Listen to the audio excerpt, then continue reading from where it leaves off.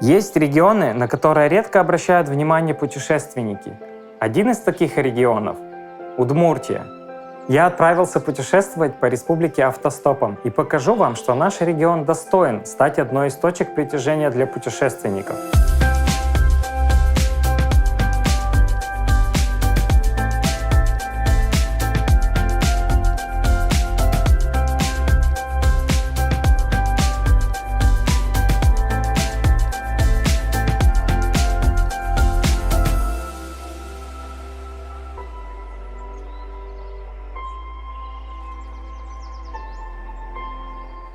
Ну что, вперед за приключениями? Начинаю свой путь с самого северного района республики.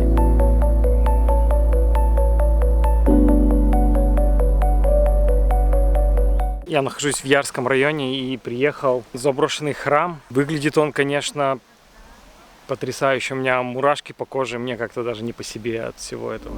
Это заброшенный храм 1795 года постройки, который носит название Храм Святой Троицы. Я попал внутрь вместе с экскурсионной группой, но они быстро ушли из храма, пришлось выйти и мне.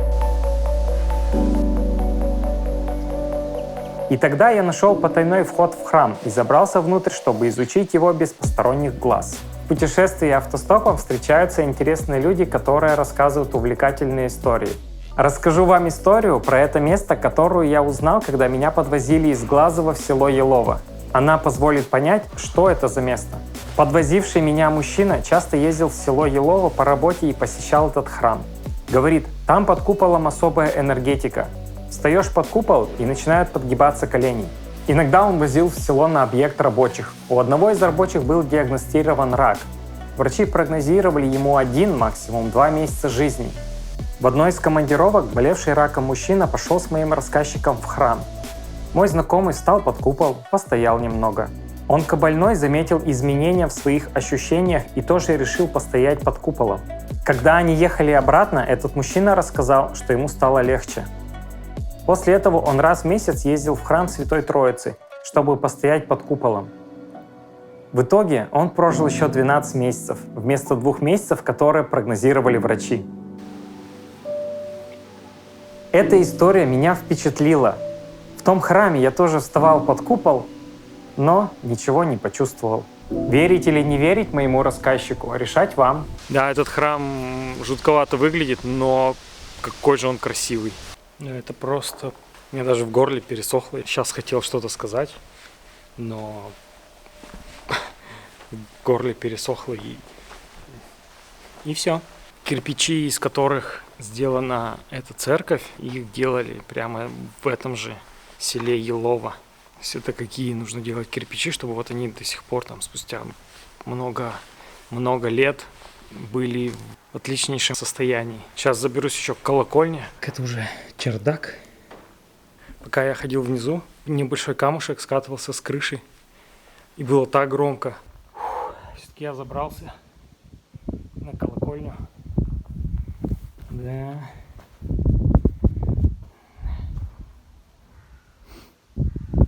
Крутяк. Шикарнейшее место, конечно. Если вы любите что-то подобное, это прямо однозначно место, которое нужно посетить в Удмуртии. Это была самая отдаленная точка в путешествии. После Елова я поехал в сторону села Пудем. Доехал еще до одной достопримечательности Ярского района, это Пудемский пруд. Здесь где-то в середине пруда есть остров, и на него можно попасть. Может быть, у меня получится это сделать. Тут лодки есть, но что-то людей я здесь не вижу. Рядом с причалом где-то тут в домах живет дядечка, который всех возит на остров. Но у него сломался катер.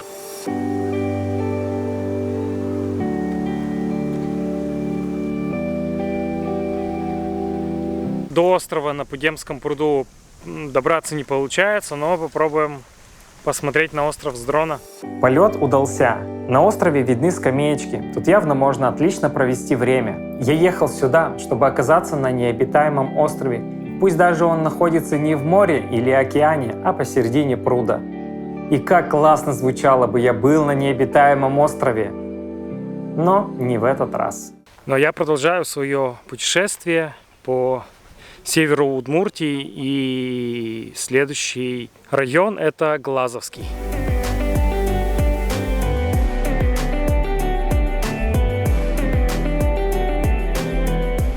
Я нахожусь в 10 километрах от Глазова. Здесь место, которое обязательно было для меня к посещению. Это культурно-туристический парк Дон-де-Дор. Здесь большое количество различных арт-объектов. На входе меня встречает гигантская фигура, удобно присевшая, чтобы можно было сделать парочку снимков. Просто гигантская деревянная скульптура человека. Ох. И еще несколько арт-инсталляций, мимо которых я не смог пройти.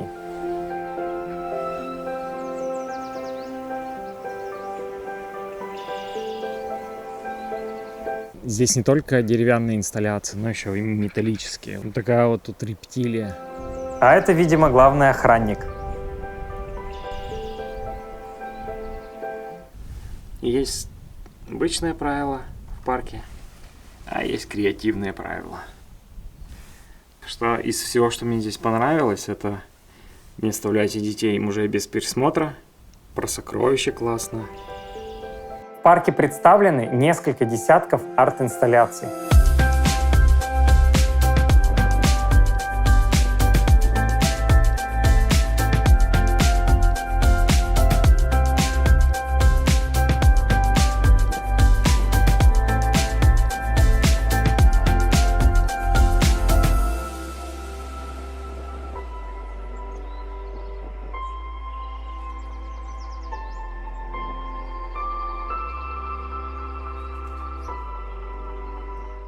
Ближе к 11 часам приехали группы детей.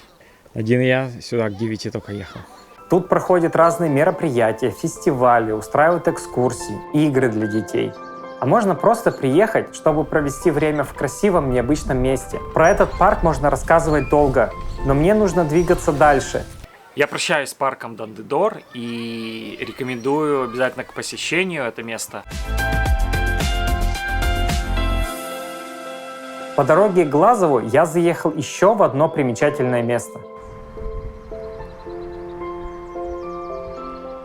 Я приехал в предполагаемое место, где находится городище Иднакар, или Салдырское городище, как его еще называют. Каких-то признаков того, что здесь раньше было поселение, я не нашел. Ради чего сюда стоит приехать, так это ради роскошных видов, которые открываются с этой горы. Историю и вообще, как это выглядело место раньше, можно узнать в музее Иднакар. Он находится в Глазове.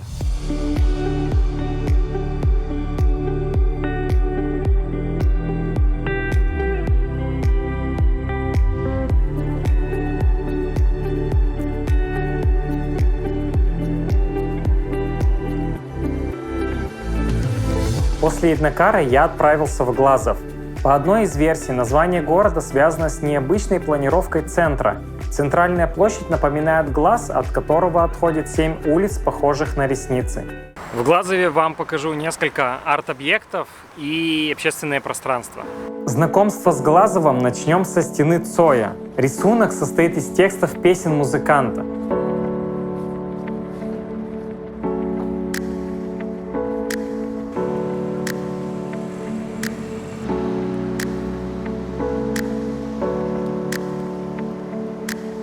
А дальше я пошел знакомиться с улицей Кирова. Ее недавно отреставрировали, сделали тротуары, велодорожку, установили арт-объекты. Расскажу вам о том, что больше всего меня впечатлило. Все самые интересные объекты на этой улице связаны между собой маршрутом, который называется «Линией истории». На этом маршруте есть точка, которая называется «Место памяти, место селфи». Это 5 арт-объектов, связанных с историей и культурой Глазова. Например, кандалы — это отсылка к проходящему через Глазов Сибирскому тракту, а треуголка — в честь городничего Петра Федоровича Чайковского, деда легендарного композитора. Пока я снимал арт-объекты, меня заметил мой подписчик и передал всем привет. А я двигаюсь дальше, изучать улицу Кирова.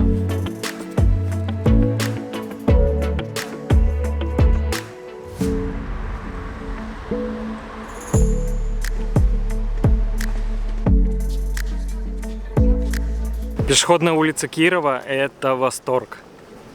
Чистый восторг. Вдоль улицы расположились купеческие дома. А это огромная скульптура лося, сделанная из металла. Смотрится потрясно.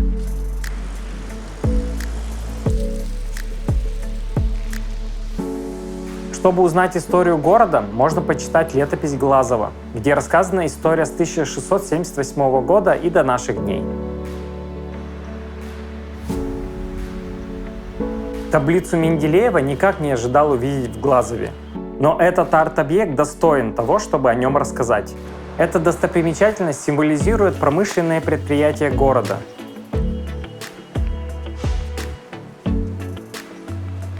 На улице Кирова также встречаются информационные таблички, которые рассказывают о строениях, об исторических фактах и о людях, связанных с Глазовым. Например, о городничем Петре Чайковском. Как я уже говорил, это дед известного композитора Петра Ильича Чайковского. Эта улица – настоящий Глазовский Арбат. В восторженном состоянии я отправился изучать город дальше. На Кирова еще находится сквер, очень приятный, в едином стиле сделан, удобные скамейки, из щепок, такое пространство, по которому можно погулять. Амфитеатр есть, сцена, позади вот различные музыкальные инструменты, детская музыкальная школа еще здесь находится.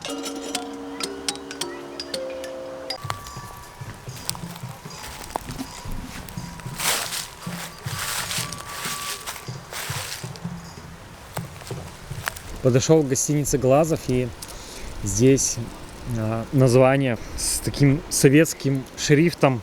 Можно посмотреть, вот отель, гостиница. Выглядит, конечно, потрясающе. Так чувствуется какая-то история во всем этом.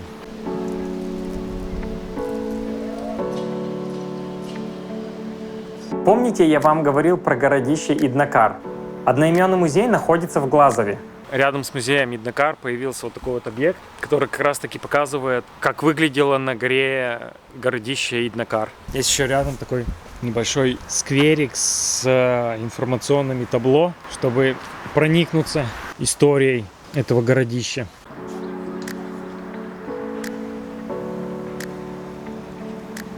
Казалось бы, уже все в Глазове, больше ничего не нашел нового, но, как оказалось, еще есть Глазовский горсад. Это круто, я думал, уже Глазов ничем не сможет удивить, а Глазов взял и удивил.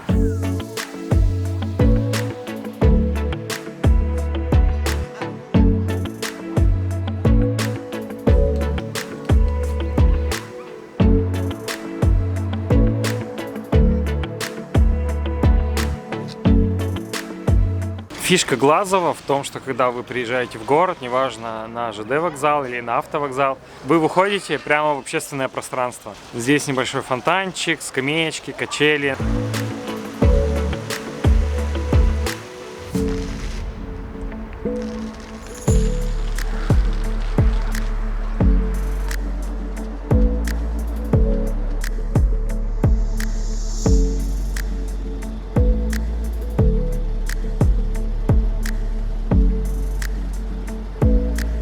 На следующий день я покинул Глазов и через Болезино отправился в Кесский район.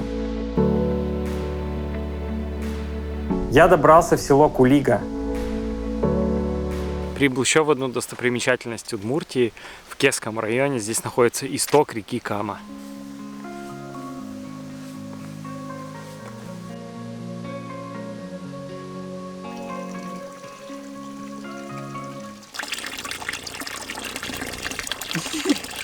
Ну что ты делаешь? Каму охраняешь, да? Да ты какая смелая.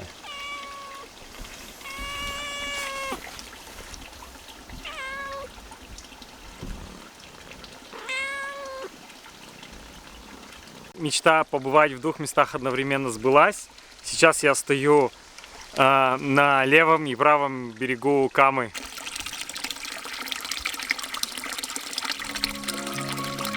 Помимо того, что в Удмуртии находится исток Камы, наш регион называют родниковым краем. По разным данным, в Удмуртии насчитывается более 2000 родников. Во время своего путешествия я постоянно находил родники практически во всех населенных пунктах. Захожу в деревню, спрашиваю, где здесь можно набрать воды, и мне рассказывают, что здесь, оказывается, есть родник.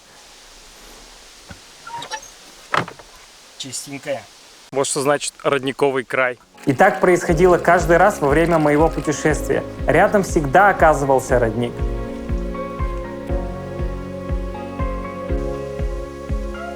На этом мое путешествие по Кесскому району закончено. Я двигаюсь в сторону Игринского района.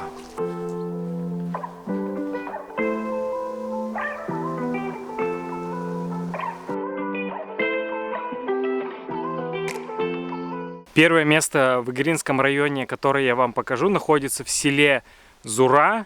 Это подвесной мост через реку Ита. Я признаюсь, боюсь по таким местам ходить. Мост раскачивается, когда по нему идешь. И тут низкие перила, что добавляет адреналина во время прохода по мосту.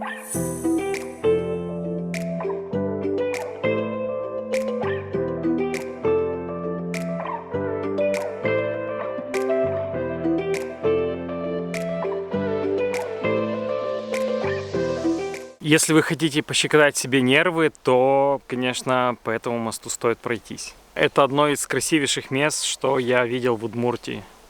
Речка, мост и такая природа. Еще осень.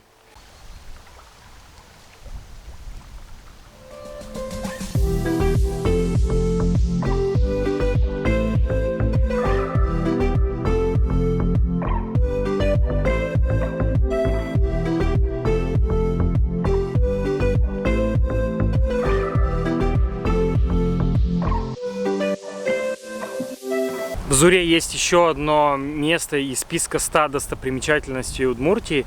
Это реликтовая сосна, которой 360 лет.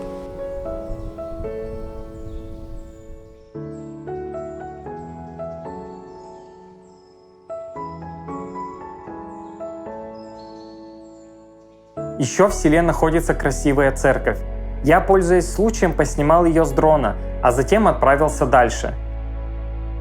Мне предстояло пройти вдоль поля по разбитой дороге, где практически не ездят машины.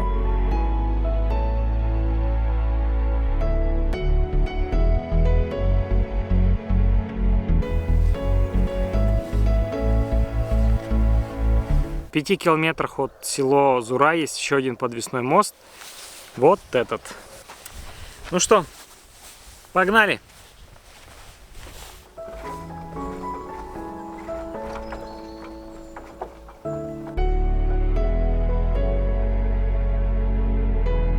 Этот мост не так часто используется, как мост в селе Зура. За те пару часов, что я провел у моста, никого не видел. Мост у деревни Квардавось. Мост у деревни Квардавось мне понравился больше. Мои мостовые приключения заканчиваются, пора двигаться дальше.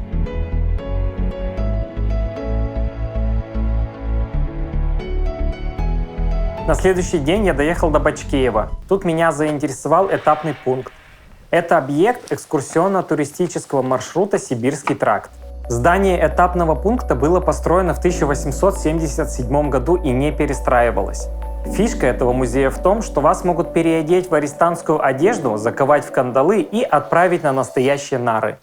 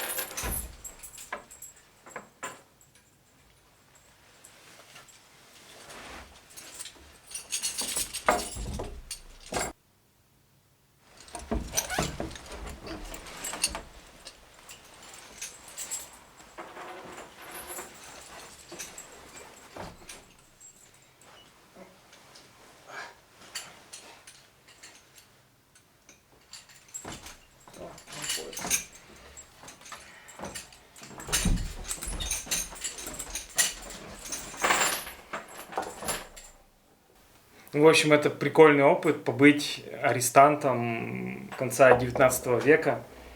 В кандалах, конечно, не очень удобно, но в целом мне понравилось. Ну все, можно меня выпускать. Люди, есть кто-то? Меня все-таки освободили, и без скандалов я отправился в Селтинский район.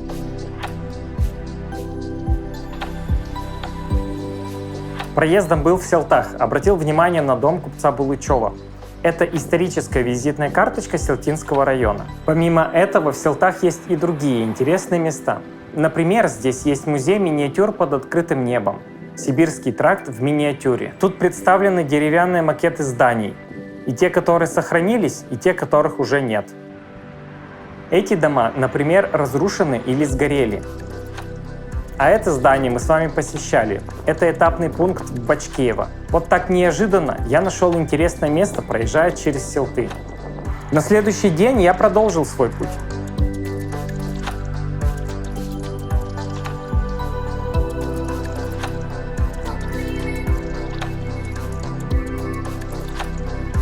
Позади меня Пумсинский мост в деревне Пумси, и это все находится в Сумсинском районе. Добраться до этого места достаточно сложно автостопом, потому что Пумси это такой тупик, тут дальше дороги нет. Но место не безлюдное. Сюда часто ездят рыбаки. Рядом с мостом есть беседки. Сам мост через реку Кельмесь выглядит прочнее, чем два предыдущих, на которых я был. И как на прошлых мостах, тут очень живописно.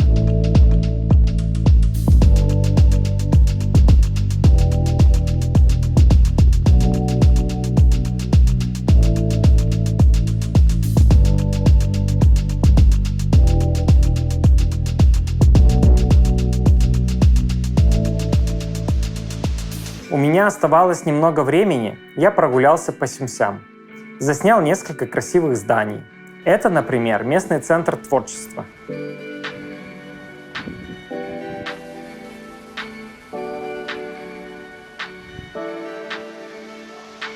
Из Сюмси я отправился в Увинский район. Увинский район, деревня Туренгурт, и вот это единственная в Удмуртии водяная мельница. Она сейчас не работает, ей больше 100 лет. Выглядит она шикарно.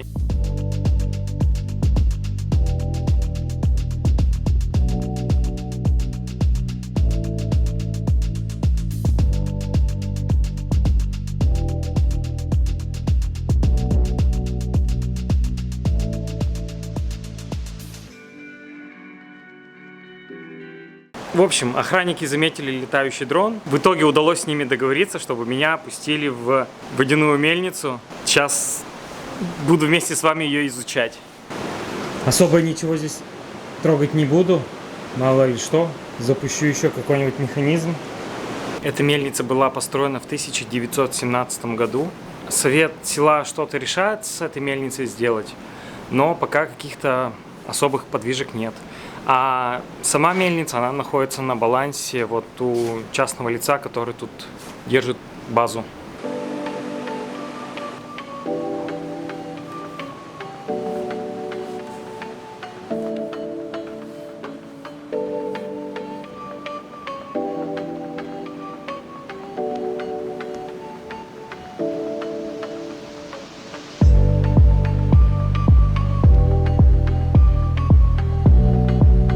Место привлекательное для туристов. Тут есть небольшой пруд, необычная мельница, природа и уединение. Я, признаться, провел тут несколько часов и забыл о времени, а мне уже нужно было двигаться дальше. Как всегда, мне повезло в автостопе, и меня в сторону Ижевска подвозил тот же водитель, что привез в Туренгурт. Про Ижевск я вам расскажу позже. А перед этим уделим внимание Воткинскому и Завьяловскому районам. Тут много мест, где я хотел побывать. Я нахожусь в Воткинском районе, и здесь покажу вам пару мест. Это Сидоровы горы и территория храма, с которого открывается шикарнейший вид на Каму. Это Тихвинский мужской монастырь. Он был построен в 1795 году, разрушен в середине прошлого века и заново отстроен в 2012 году.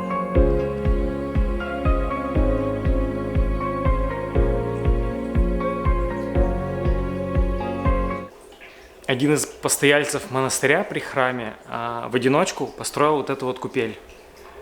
И получается, что оставил свой след в этом месте. Посмотрите, какой вид на Каму. Изгиб русла реки добавляет баллы к живописности этого места.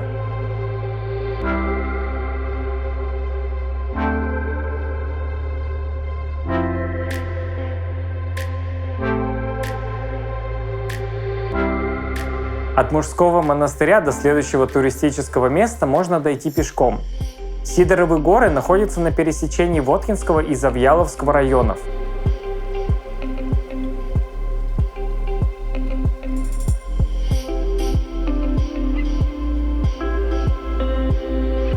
В общем, Сидоровы горы лучше посещать со стороны деревни Сидоровы горы, как это не банально звучит. Эти виды лучше любых слов, поэтому я запустил дрон, чтобы с воздуха показать вам это место.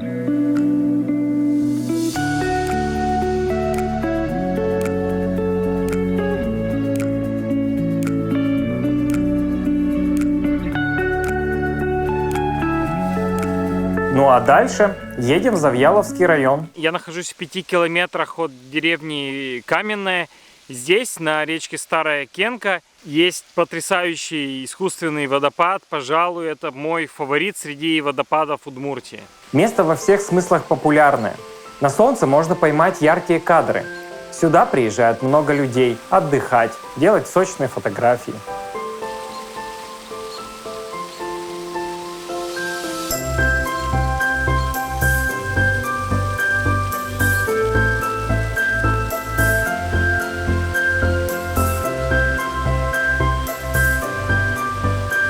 В общем, этот водопад обязателен к посещению. Ну а я сейчас немного полетаю на дроне, потому что тут пруд, осень, должно быть очень красиво.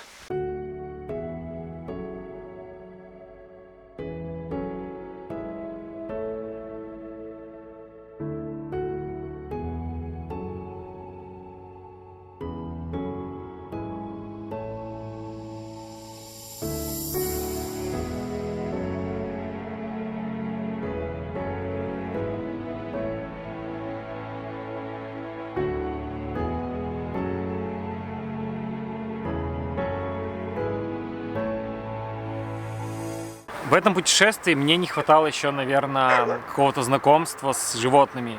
Медведей я не встретил, лосей тоже. Но в Завьяловском районе есть оленеферма, и здесь, соответственно, живут олени. Поэтому с ними можно пообщаться, погладить, ну и, конечно, покормить. Ты что тут делаешь? Кроме тебя.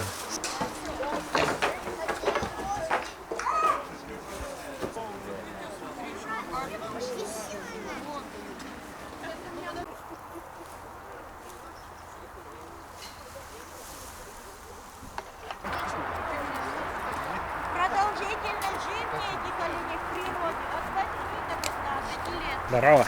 Будешь? А? Смотри. Не хочешь, да? Что, не понравилось, да? Не хочет принимать от меня еду.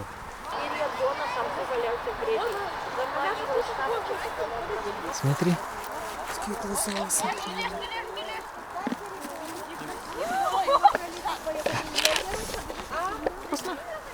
Да?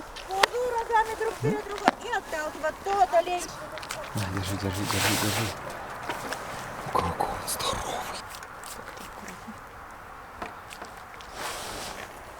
Нифига какой огромный.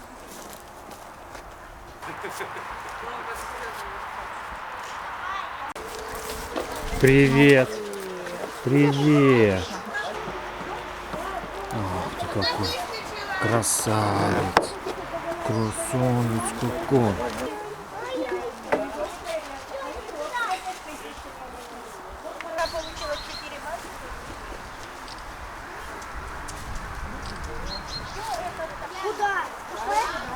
Пока.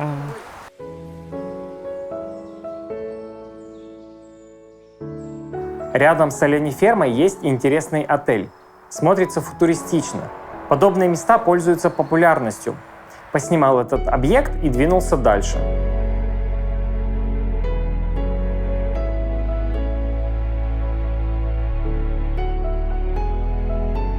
Для того, чтобы познакомиться с культурой Удмуртии, мы с вами для начала отправляемся в музей-заповедник Лударвай. Архитектурно-этнографический музей-заповедник расположен в живописном месте под открытым небом. На территории заповедника находится ветряная мельница, усадьба северных, южных и центральных удмуртов. Во всех постройках располагаются экспозиции с предметами быта.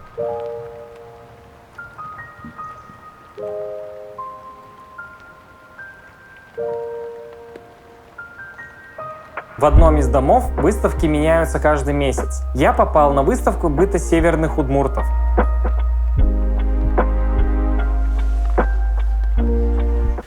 Здесь очень приятная атмосфера, спокойствие, умиротворение.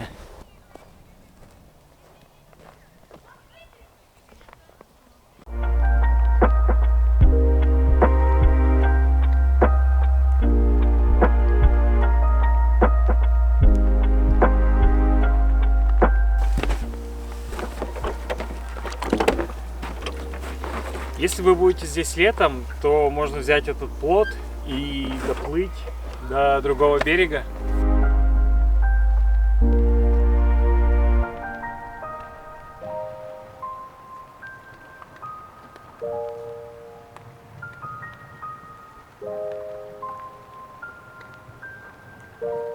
И, конечно, здесь я попробовал местную еду – табани и перепечи.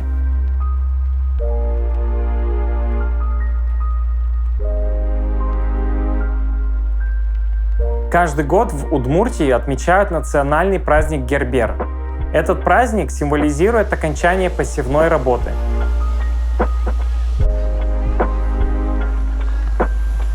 Особенность Гербера в том, что он проводится каждый год в разном месте. На площадке, где проводится праздник, есть целая улица, где у каждого района республики организован свой уголок. Там представляют товары, которыми славится этот район, а также демонстрируют свои таланты.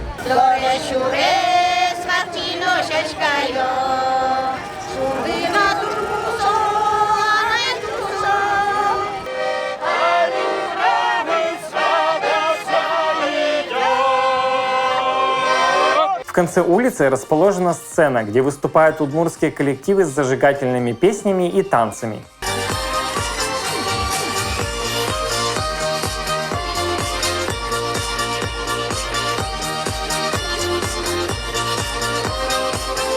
Также тут выпиливают скульптуры из дерева. В конце дня мастера показывают результаты. Выступают приглашенные гости. Проходит народная ярмарка. В среднем такую работу за месяц и 10 дней, 12, примерно так. Но это практически не отвлекает. Не отвлекаясь. Это с утра до вечера надо только сидеть. Есть место и для современных развлечений.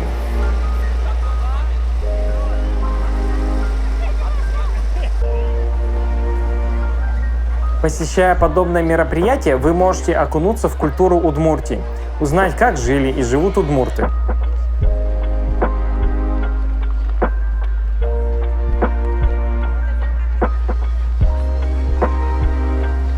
С Гербером мы прощаемся и двигаемся в Ижевск. Кстати, это вторая часть моего путешествия. В описании и подсказке оставлю ссылку на первую часть моего путешествия, где я посетил южную часть Удмуртии.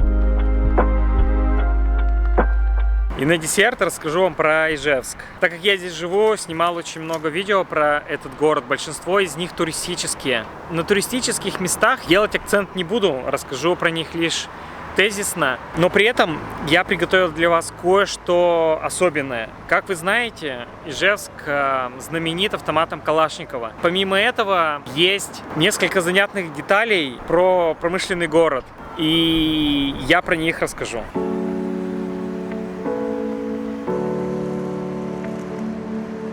Для начала отправимся в небольшой круиз по Ижевскому пруду.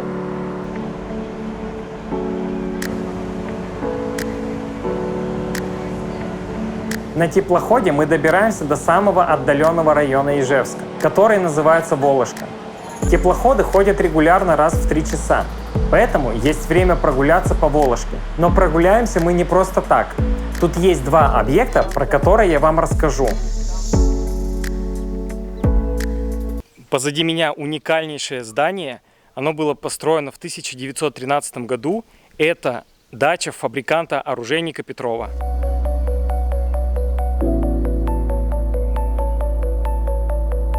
Сейчас это сильно потрепанное здание с покосившейся верандой. Внутри голые стены и сломанный пол.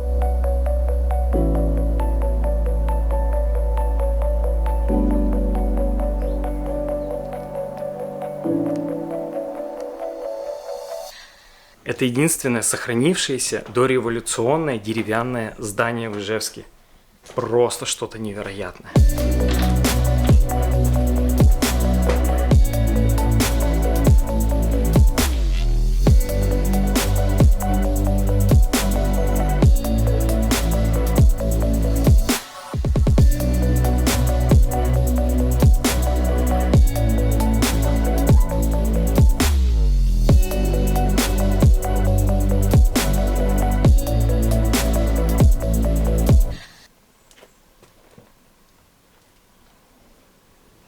Какая-то странная комнатка такая, небольшая.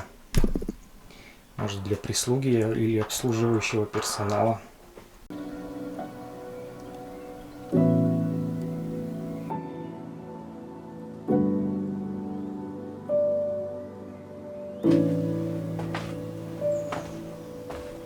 Шикарнейшие виды открываются с этой смотровой башни. К постройке дачи приложил свою руку знаменитый архитектор Прикамья Чарушин. Попасть к даче довольно просто, достаточно перелезть через забор. Дача находится на территории заброшенного детского лагеря. Дачу посмотрели, пойдемте дальше. Второе место, про которое я вам расскажу, это мост через Ижевский пруд длиной почти 700 метров. Он похож на Тауэрский мост в Лондоне.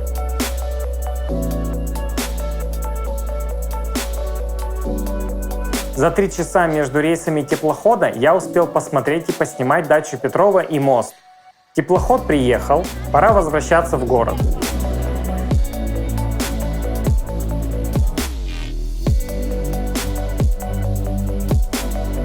Как я ранее говорил, Ижевск — это промышленный город, поэтому я решил сделать на этом акцент. Для начала покажу вам объект, который находится в центре города, на проходной завода Ижсталь. История копии царь-пушки, которая установлена у проходной Ижстали, достаточно интересная, потому что в 2001 году заводу Ижсталь заказали сделать копию царь-пушки, и эту копию мэрия Москвы подарила Донецку. На заводе остались формы, и из этих форм сделали еще одну копию. Она какое-то время простояла на заводе, но потом ее поставили на проходную, и теперь это одна из достопримечательностей нашего города.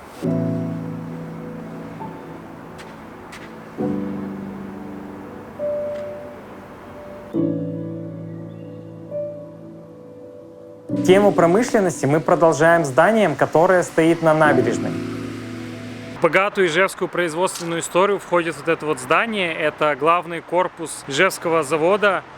Это первое многоэтажное производственное здание в России. Этому зданию более 200 лет. Несколько лет назад при пожаре на башне главного корпуса оружейного завода обрушился шпиль.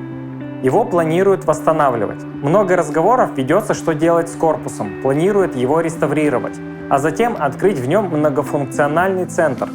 Когда это произойдет, обязательно вам расскажу.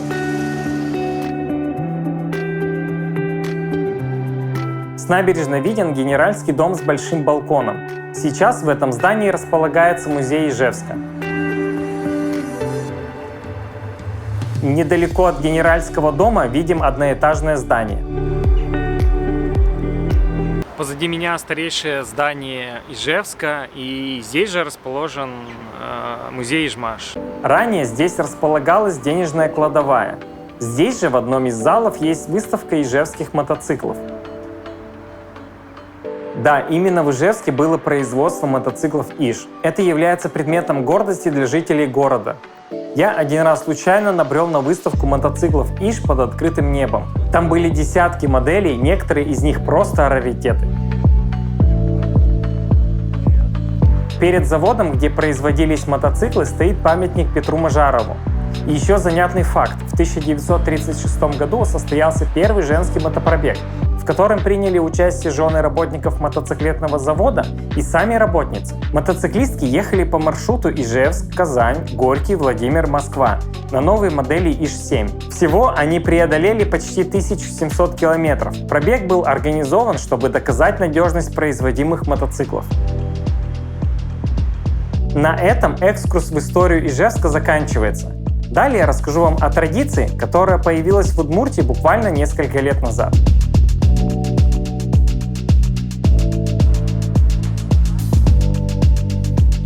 Речь пойдет о пельменях. В Удмуртии убеждены, что такое блюдо, как пельмени, зародилось именно здесь. В удмуртском языке слово «пель» обозначает ухо, а нянь — хлеб. И было решено каждую зиму 18 февраля отмечать Всемирный день пельменя. Мы единственные, кто отмечает этот праздник в России. В этот день в Ижевске и других населенных пунктах проходят гуляния, устраиваются мероприятия и все едят пельмени. Притом на праздник приходит и глава республики. У нас даже памятник пельменю есть. Есть еще много мест в Ижевске, про которые хотел бы упомянуть. Более подробно я про них рассказывал в других своих видео.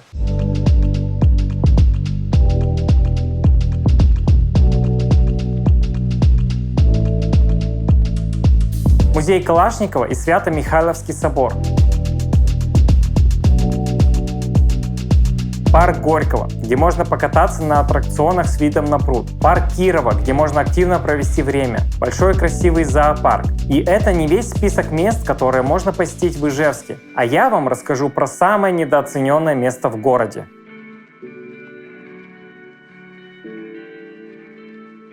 Не могу вам не рассказать про просто невероятный замок, который находится на улице Бабушкина. Мало того, что есть сам замок, есть еще и большой сад с всевозможными растениями, клумбами, скульптурами, прудом и много деталей, которые можно разглядывать часами. И, пожалуй, это одно из самых моих любимых мест в Ижевске. И все это строит один человек уже более 20 лет. Замок находится рядом с 9-этажными панельками, отчего он сильно контрастирует с окружающим пространством. Проходящие рядом люди не могут оторвать взгляд от этого строения, а смелые заходят на территорию. Приходите и вы. Вход на территорию платный, но оплата символическая, а впечатления вам гарантированы.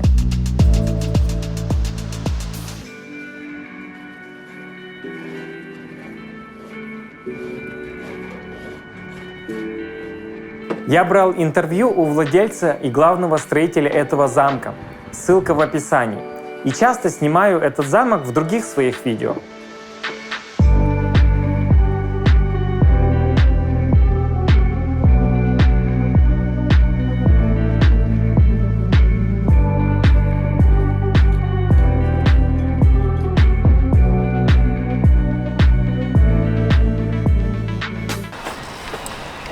Подводя итоги, хочу сказать вот что. Удмуртия не является в широком смысле туристическим регионом. Да, у нас нет моря, у нас нет гор и нет каких-то известных туристических мест. Но путешествуя по Удмуртии, я понял, что у региона есть туристический потенциал. Сколько всего интересного в соседних регионах. Путешествуйте по местам, в которых живете. Оно того стоит. Пока!